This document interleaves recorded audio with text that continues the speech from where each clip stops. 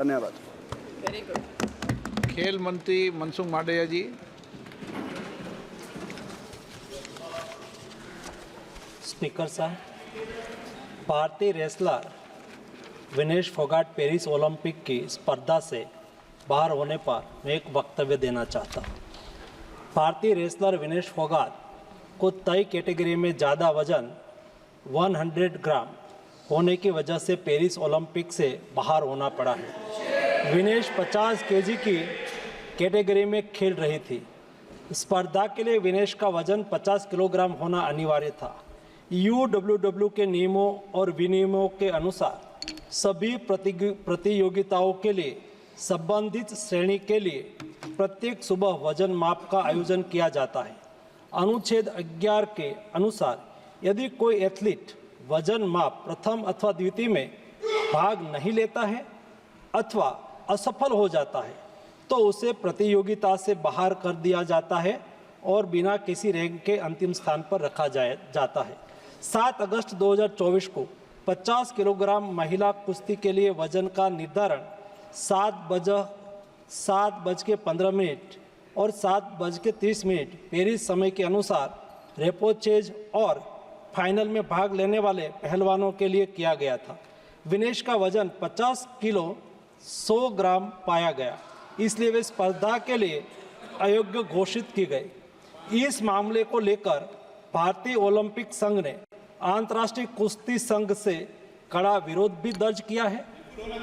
National भारतीय Olympic संघ की अध्यक्षा पीटी उषा भी अभी पेरिस में है। प्रधानमंत्री जी ने स्वयं उसके साथ बातचीत करके उचित कार्यवाही करने के लिए, उचित एक्शन लेने के लिए भी उसको कहा गया है। विनेश मंगलवार 6 अगस्त को 3 मुकाबले जीतकर 50 केजी रेसलिंग ओलंपिक में फाइनल में पहुंचने वाली पहली भारतीय महिला रेसलर बनी थी। सेमीफाइनल में उन्होंने क्यूबा की पहलवान गुजमान लोपेजी को, क्वार्टर फाइनल में यूक्रेन की ओक्साना लिवाच और प्री क्वार्टर फाइनल में वर्ल्ड चैंपियन जापान की यूई सुसाकी को 3-2 से मात दी थी। उन्हें बुधवार 7 अगस्त की रात करीब 10 बजे गोल्ड मेडल के अमेरिकी रेसलर सारा एन हिल्डरब्रांड से मुकाबला करना था। जहां तक उनकी तैयारी हेतु सहायता का प्रश्न है, भारत सरकार ने विनेश फोगाट की उनकी आवश्यकता के अनुसार हर संभव सहायता प्रदान की है। उनके लिए पर्सनल स्टाफ भी नियुक्त किए गए हैं जो अपने क्षेत्र के विशेषज्ञ हैं। उनके साथ हंगरी के विख्यात कोच ओलेर अकोस और फिजियो अश्विनी पाटिल हमेशा रहते हैं। इनको ओलंपिक के लिए इनके अतिरिक्त व्यक्तिगत सहायक स्टाफ जैसे विभिन्न sparring partners, strength of conditioning विशेषज्ञ के लिए वित्तीय सहायता प्रदान की गई, जिसका विवरण इस प्रकार है। ओलेर अकोच कोच के रूप में उसके साथ थे, वैन पैट्रिक लॉम्बार्ड स्ट्रेंथ और कंडीशनिंग विशेषज्ञ, अश्विनी जीवन पाटिल फिजियोथेरापिस्ट, मयंक सिंह गरिया स्ट्रेंथ और कंडीशनिंग विशेषज्ञ, शुभम और अरविंद स्पारिंग पार्टनर।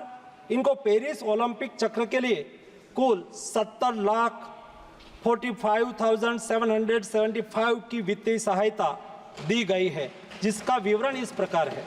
स्पेन के ग्रेट पिक्स में भाग लेने के लिए वित्तीय सहायता, साथ ही 3 जुलाई से 13 जुलाई 2024 10 दिन तक मैड्रिड, स्पेन के अंतर्राष्ट्रीय प्रशिक्षण शिविर के लिए अतिरिक्त वित्तीय सहायता। इसके अलावा फ्रांस के बुलोन-सू-मेर में पूर्व ओलंपिक प्रशिक्षण शिविर के लिए अतिरिक्त सहायता की है।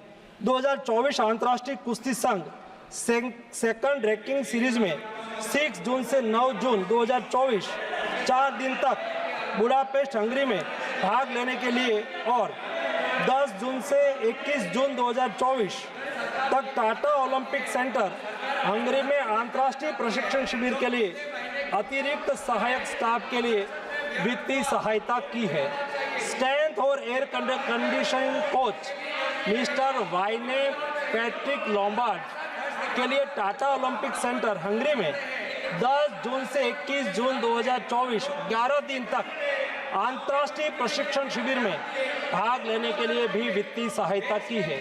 13 जुलाई 2023 से 16 जुलाई 2023 4 दिन तक बुडापेस्ट हंगरी में 4th रैंकिंग सीरीज में भाग लेना और 10 से 16 जुलाई 2023 16 दिन तक बुडापेस्ट हंगरी में प्रशिक्षण शिविर हेतु इसको वित्तीय सहायता की है।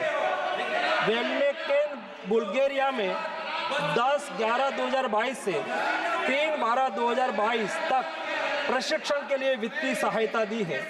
उनके रिहाई प्रक्रिया के लिए आवश्यक उपकरण खरीदने के लिए भी वित्तीय सहायता की गई है। 2020 टोक्यो ओलंपिक चक्र में 1,13,98,224 रुपये का आर्थिक सहयोग उसको किया गया था।